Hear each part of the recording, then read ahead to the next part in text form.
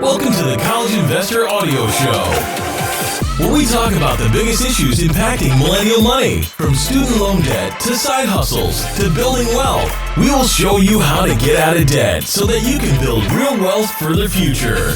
Hey there, welcome to the College Investor Audio Show. You know, having student loans can feel like you're drowning, upside down, with your feet shackled. But you don't have to be Harry Houdini to escape from student loan debt. No, today, is student loan debt forgiveness actually real? Debunking the myth. Welcome. Student loan forgiveness feels like magic in many ways. Fill out some paperwork and watch your debt just disappear. But is it real? Unlike magic, student loan forgiveness is not instantaneous. It may have been as simple as pulling a rabbit from a hat to get your loans, but you can't just put the rabbit back. Instead, you have to raise the rabbit for years on a special diet before you sell it. Okay, not the best analogy, but work with me here. Like magic, a lot goes into student loan forgiveness. If you pursue it, it may be many years before you experience success, or you may not be eligible after all. All right, but how does this forgiveness actually work? Loan forgiveness is the last step in the trick, the big reveal, if you will, the disappearance of a coin, or in this case, a student loan balance, which is like a lot of coins. Anyway, just like some of the most famous magic tricks, most of the work is done behind the curtain. You set up the trick by filling out your paperwork, and if you did it all correctly and you meet all the requirements, your student loans disappear. Ta-da! They say a magician never reveals his or her secrets, but we're going to risk breaking that rule with student loan forgiveness. There are many ways to get your loans forgiven, but they all come with their own requirements. Perhaps the most well-known one is the Public Service Loan Forgiveness, PSLF, program that has been in the news a lot lately. It was created in 2007, and to date, we've seen 16,000 people receive loan forgiveness with an average balance of $70,000 disappearing. However, it hasn't been all roses. In fact, 98% of people that apply for PSLF don't get approved. Other types of forgiveness result from life events that are beyond our control, like the death or disability of the borrower. So here's a brief overview of student loan forgiveness programs: Public Service Loan Forgiveness, Teacher Loan Forgiveness, Perkins Loan Cancellation, Total and Permanent Disability Discharge, Closed School Discharge, Discharge Due to Death, Discharge in Bankruptcy in very rare cases, Borrower Defense Discharge, False Certification of Student Eligibility or Unauthorized Payment Discharge, Unpaid Refund Discharge. For other more situational ways to get your loans forgiven, you can see our article, The Top Ways to Get Student Loan Forgiveness, at thecollegeinvestor.com. If you happen to be approved for loan forgiveness, congratulations. Even loans in default will be forgiven, and the default status will be removed.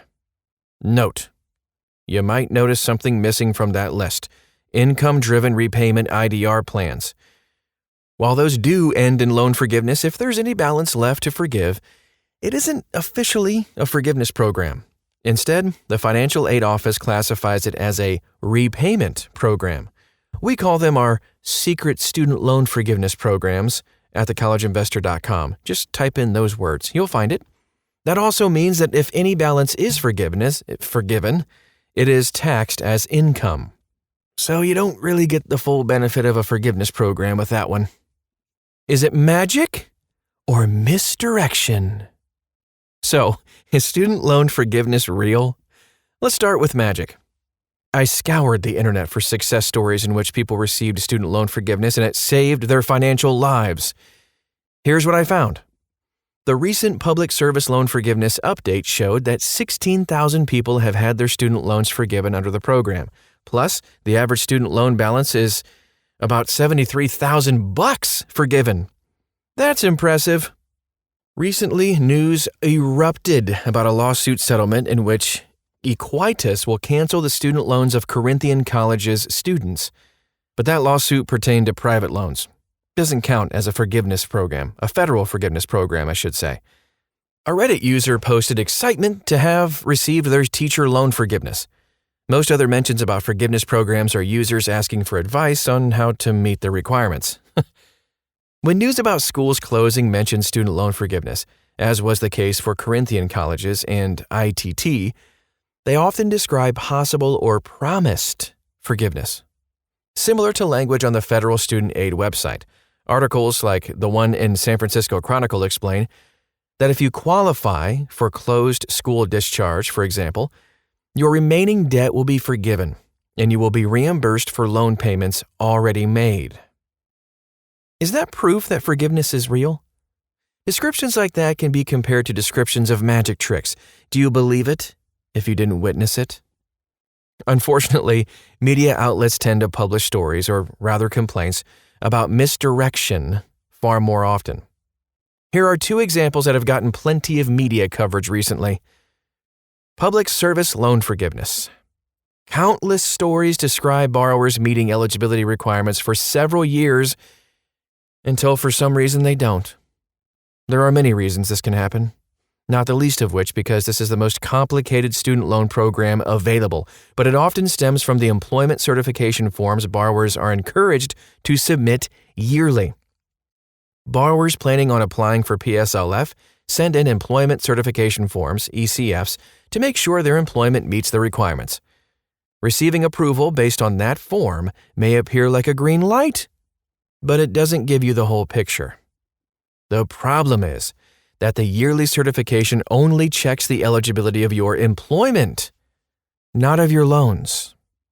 Because PSLF requires that your loans are direct loans and one of a few repayment plans, the optional yearly certification forms don't give you an accurate representation of eligibility. So here are the things that can disqualify you from PSLF, even if your employment is approved. Disqualifying payments. A qualifying payment is one made to the full amount due once a month. If you overpay, the amount due next month will not be the full amount, so it will not count, even if you pay what is normally considered the full amount due. Disqualifying loan type. Only direct loans are eligible. If you consolidate certain loan types to direct consolidation loans, they may not be eligible. And you can't reverse consolidation.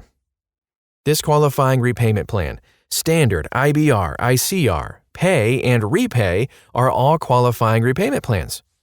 Loans on extended and graduated plans are not eligible unless the payment is equal to or greater than your standard plan repayment, which could happen near the end of a graduated repayment plan. President Biden recently announced several reforms to PSLF to make this easier. By granting a 1-year waiver to consolidate your loans and get on the right repayment plan, and then allowing those past payments to qualify. This is a great step in the right direction. Plus, it should give you some hope that over 1 million borrowers are on track for PSLF in the coming 5 years. Borrower defense or closed school discharge. Let's touch on that. There are other examples of misdirection in the case of borrower defense. To qualify for borrower defense discharge, your school must have engaged in unfair advertising campaigns and promised outcomes that they didn't deliver on. Students who attended Corinthian colleges, for example, were quoted inaccurate job placement statistics, thinking falsely that they were guaranteed a job after they graduated. However, though it's easy to gauge eligibility on requirements, outcomes are less certain. In fact, the curtain is still down, as the Department of Education is sitting on tens of thousands of borrower defense claims, after Secretary DeVos assured the public that promises made to students under the current rule will be promises kept. Not one application has been approved in 6 months. However, Biden has been significantly improving the borrower defense process and has already automated the forgiveness for 115,000 individuals who've been struggling to get forgiveness under this program. And we're hopeful that more are coming. Curious about borrower defense to repayment?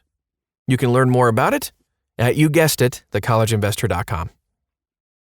Let's talk about the future of student loan forgiveness. The question still remains, is student loan forgiveness real? The follow-up question might be whether you will experience it. The truth is that you might not believe it is real until you experience it. But what are the chances of that? If you rely on mainstream media, it may look hopeless, but if you look at the bigger picture or at some more local news outlets, it looks better. Most of the existing loan forgiveness programs remain in place, and the current administration is working to make this easier, albeit slowly. Additionally, each state has their own programs to forgive student debt. In fact, loan forgiveness is being used as an incentive to work in certain areas and professions, and for certain employers. New loan forgiveness programs continue to be introduced in state and federal political spheres. For example, Maine lawmakers are addressing the issue of an aging population with a bill to forgive the student loans of someone who lives and works in Maine for 5 years. The bill was recently approved to be carried over to the next legislative session. Hawaii lawmakers are addressing a shortage of primary care physicians with a bill to provide student loan forgiveness to medical graduates who work in underserved areas. Very cool. The bill passed mostly unhindered in the State House and Senate and was signed into law in June 2017. Note: to prove the point that good news is hard to find in the student loan forgiveness arena, I had to dig to find out the status of this bill. You can check it out. We have a link to it at thecollegeinvestor.com. And those are just 2 examples of student loan forgiveness being used as a solution to a problem, showing that student loan forgiveness has the potential to serve a dual purpose. Keep trying.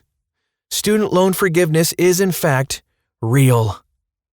Not everyone will get forgiveness, but you definitely won't if you don't try.